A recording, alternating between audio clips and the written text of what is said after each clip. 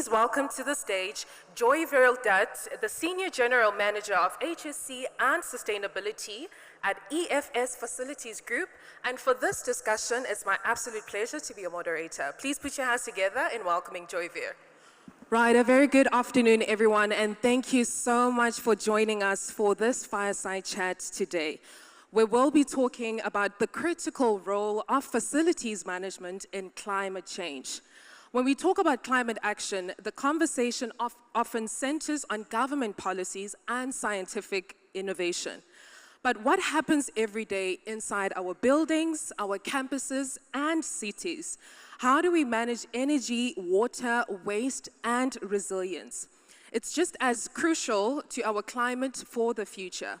Facilities management is truly where strategy meets execution. Today, we'll explore how this sector is evolving to reduce emissions, optimize energy use, and embed sustainable practices that support both climate resilience and operational efficiency. I'm delighted to be joined by Joyveer Dutt, who brings a wealth of experience in facilities management across the region. Joyveer, let's dive in. Thank you so much for having me here. Right. Joyveer, climate change is often seen as a government or a scientific issue. Talk to us about why you believe facilities management is central to this conversation. In fact, it's very important to note one thing, and it's very crucial, that if you see an entire global scope and global scape in terms of CO2 emissions, statistically, it talks about like 30 to 40% of carbon emission which comes from the built environment. And when we talk about the built environment, what happens is in any built environment, the majority of the management which is done and maintained is by the facility managers. If I can take you to the life cycle of how the built environment is there, so once you are planning, it's in the design stage, then you construct. And till its life cycle ends, what is managed is by the facility managers and the facility management company. And how we do that? Through proper energy efficiency, so ensuring that the water efficiency is there. Plus, there are a lot of, in fact, a built environment or a building is a living organism as such. So we as a facility managers, we ensure that all the things are taken care of. And very important, energy, if I talk about, like it's around 25 to 30% of carbon emission, if you see in a building, is from the energy. And being a facility managers and facility management companies, we are the forefront in saving this in terms of carbon footprint, plus in terms of bringing profit to the people whom we are managing the built environment for them. Right, and as we move forward to resilience and disaster management, talk to us about how facilities management builds climate resilience in practice. Well, that's again a very wonderful question, and I would say we believe in one thing, that facility managers and facility management are the first responder in any sort of a climate risk or climate emergencies. You just take an example that what has happened last year probably, we all are aware of. So buildings were affected, the communities were affected. So who were the first responders? The first responders were none but the facility management itself. We ensure, the climate shocks can come in any nature and form, say by flood or by storm or sometime extreme heat. And this is where we manage HVAC systems. So there we can intervene. If there is a flood, we are there to ensure that the business continuity for the built environment are managed.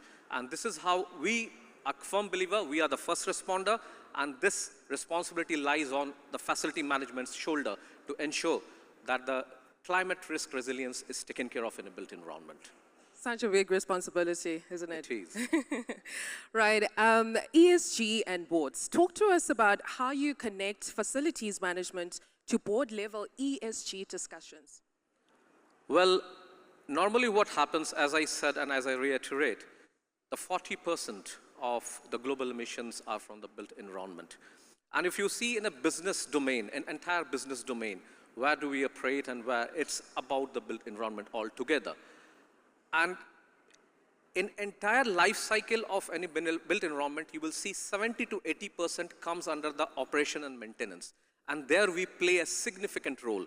And how does the facility management, and if it is in the board discussion, that facility management is the key, and it is a very important strategy. Now I will tell you something, that sustainability without facility management, probably, if I think so, it's just a strategy. What we bring on the table is we execute that strategy. So we are the executionist.